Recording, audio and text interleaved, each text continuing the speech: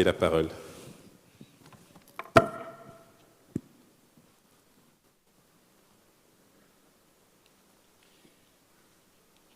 Je vais utiliser mon micro, je pense. Je tiens à remercier les organisateurs et à l'honorable Malissa de m'avoir donné cette opportunité de parler de mon expérience. Je pense que quand j'entends l'ambassadeur parler, je me vois dedans. Je suis moi-même un sujet de la diaspora, pour avoir vécu 30 ans en Allemagne et d'être rentré dans son pays pour créer une entreprise et que beaucoup d'entre vous connaissent et qui est l'adresse où, quand on cherche un travail, on y va. C'est la société ITM qui s'appelle International Training and Motivation et que j'ai créée en 2011 quand je suis rentré au Congo. Et je pense qu'aujourd'hui, le problème de la diaspora est très complexe. J'ai créé ITM en 2011, j'ai commencé par Lubumbashi, et où j'avais à peu près 24 employés. Et aujourd'hui, ITM se retrouve dans 26 pays. Et j'emploie à peu près 11 497 personnes.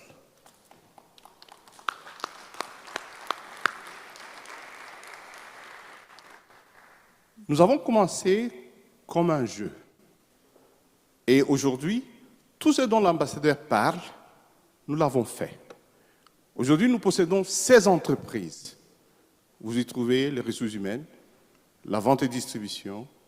Nous sommes en train de finir notre parc industriel qui va produire à peu près 21 produits. Et aujourd'hui, nous avons déjà commencé la production nous avons commencé avec la savonnerie. On fabrique savon. On va faire beaucoup d'articles sur la plateforme. Et tout ça, c'est le fruit de l'entrepreneuriat que je peux appeler, moi, de la diaspora. Mais comment est-ce que nous pouvons partager notre expérience avec ceux qui sont restés au pays? Je pense que c'est pas facile. C'est pas facile quand on vient de la diaspora, on rentre au Congo, on veut partager avec les autres. J'ai mis en place un système de jeunes talents. Aujourd'hui, nous sommes à la 6e édition. Et chaque année, je prends 20 jeunes. Je les forme et je les emploie chez moi. De la 6e édition, et je commence la 7e édition, ils sont en plein recrutement là. De ces 6 éditions, nous avons envoyé à peu près 15 à 17 jeunes à l'expatriation, des Congolais, que j'ai formés chez ITM et que j'ai envoyés à l'expatriation. Donc, le problème qu'il y a, parce que je suis moi-même une société de formation, nous formons chez nous, chez ITM, et on place, on donne du travail, et dans nos entreprises. Nous voulons faire mieux, mais nous avons besoin d'être accompagnés. Il faut qu'on nous accompagne. C'est la difficulté. Souvent, on se retrouve seul. Tout ce que je suis en train de vous dire là, je l'ai construit seul. Je me rappelle, en 2013, j'ai un contrat d'une société à Lubumbashi qui me demande un pick-up. Je suis qu'à mes débuts. Ça a un crédit de 35 000 $ pour que j'aie un pick-up qui doit transporter les matériaux de construction. Je vais vers le banque. Je parle aux banques. Donnez-moi 35 000 $. Vous savez ce qu'on me demande? On me pose la question si j'ai une maison que je vais mettre en collatéral. On me demande des parcelles. On me demande tout ce que je ne possède encore rien. Je ne suis qu'à mes débuts. Honorable, je vais donner quoi? Je n'ai rien à donner. Vous savez ce que j'ai fait?